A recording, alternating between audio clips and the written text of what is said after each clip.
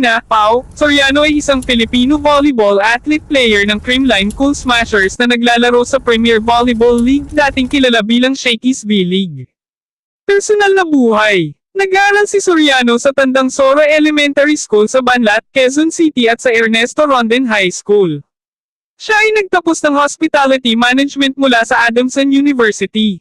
Karera. Sa kanyang mga taon ng kolehiyo, naglaro siya sa Adamson Lady Falcons mula 2008 hanggang 2012 at naging team captain mula 2011 hanggang 2012 at naglaro bilang quick hitter o middle blocker nito.